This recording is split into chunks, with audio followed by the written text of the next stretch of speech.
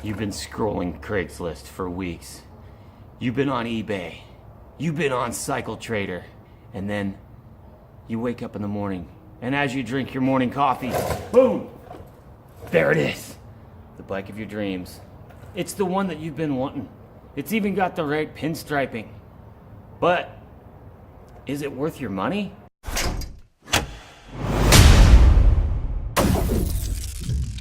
Lately, a lot of the motorcycles that I've been getting are used bikes that somebody's recently purchased, and then they find that there's a problem.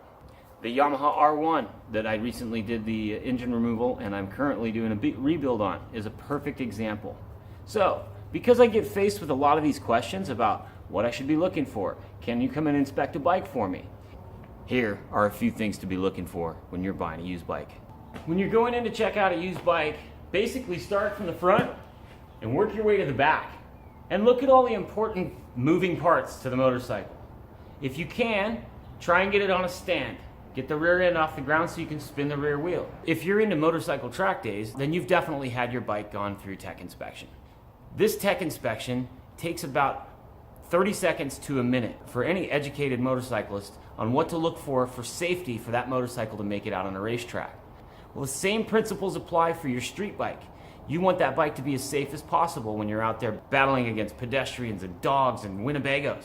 A basic tech inspection can take about 30 seconds if it's done properly.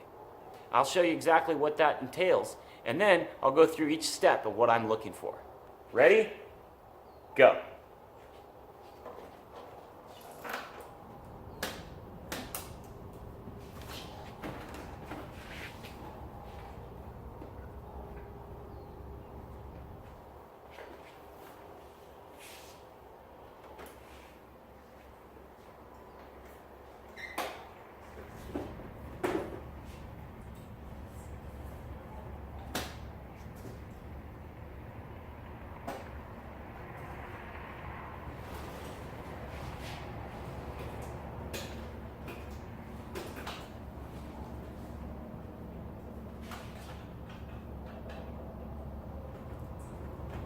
And done. The very first thing that I checked were the controls on the bike. How's the clutch feel? Does it spring back? Is there free play in the clutch cable? Does the clutch cable feel like it's got any drag or any fraying in it? Does it feel like it needs to be lubricated? Is it squeaking?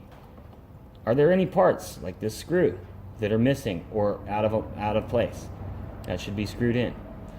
That's just the clutch. While here, give the clip-on a pull. Tug on it. Does it wiggle? Does it move? How does the brake feel? Is it firm? Does it make any weird noise? Like this one does. Does the throttle snap back? Do the throttle cables feel good? You've gone over controls. Also, give the bars a turn. Do you feel any notches or anything in the steering? You check for the sturdiness of the fairings, if it's got fairings. Then come down and check your forks. Is there any leaking on the fork seals? Both sides. As you noticed in my quick little tech inspection, I went to both sides, I put my hands on the back, and I looked at them to see if there's any oil. It's the quickest and easiest way to check and see if you have any leaks in your fork seals.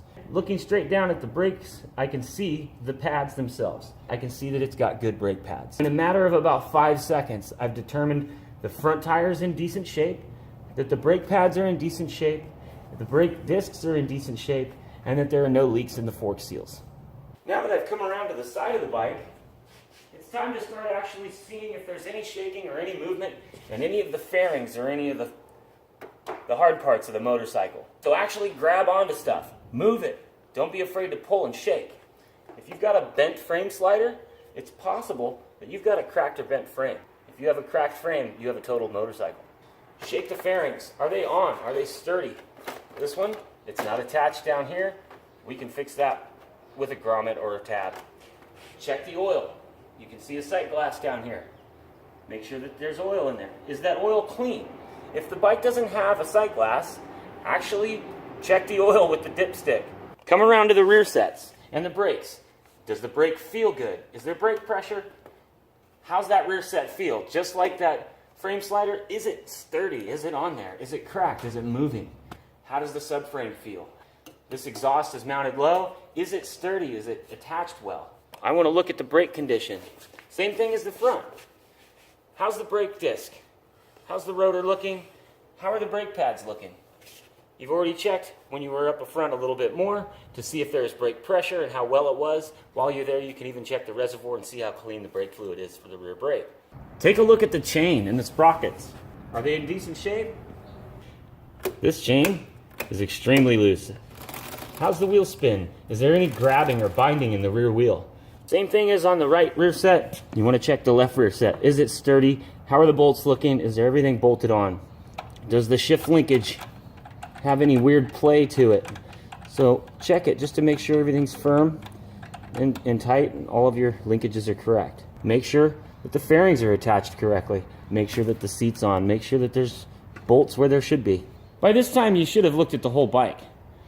Now it's time to see if the bike actually runs. Never show up to a warmed up bike. You want to start the bike cold. You can learn a lot about a used motorcycle the first time that you start it. You want to start the bike cold so that you can hear if there's any trouble starting, if it starts slow, especially with a carbureted motorcycle. Does the starter have problems? Is there battery problems? If you know the bike doesn't run, that's one thing.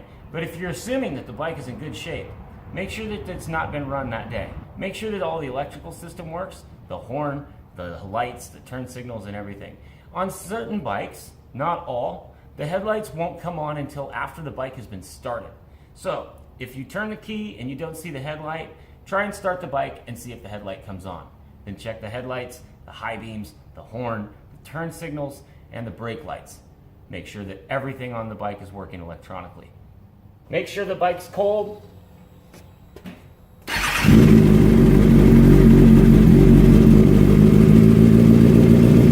And then listen to the bike warm up. It should start right up. It shouldn't have any problems. If you know that there's a bike that needs work going in, you might already know that you have a little bit of a cold start problem. Does the headlight work? How about turn signals?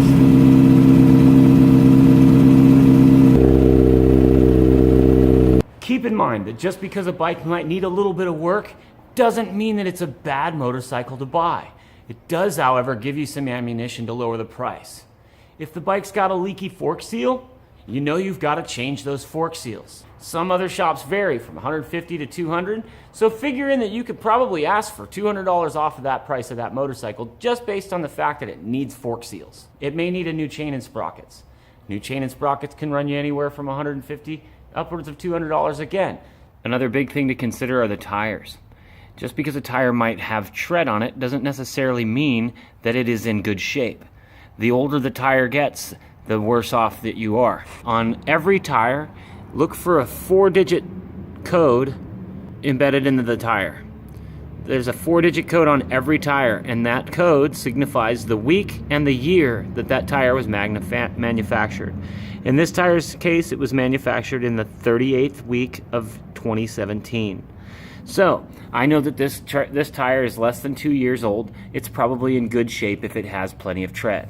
If the tire is anywhere from 4 to 5 years old, you might want to consider replacing it. Is the registration up to date? If the registration's not up to date, you could be looking at hundreds of dollars, depending on where you live here in California, hundreds of dollars to get that thing back up to date. If the bike's not currently registered, you're the one paying for it. So make sure that it's currently registered, the tags are up to date, or that it has a current non-op registration. I hope that some of these tips are things that you can use when you're out buying your first used bike. Or if you're a seasoned used bike buyer, and I just happened to touch on something that you forgot, I'm glad that you could get that information too.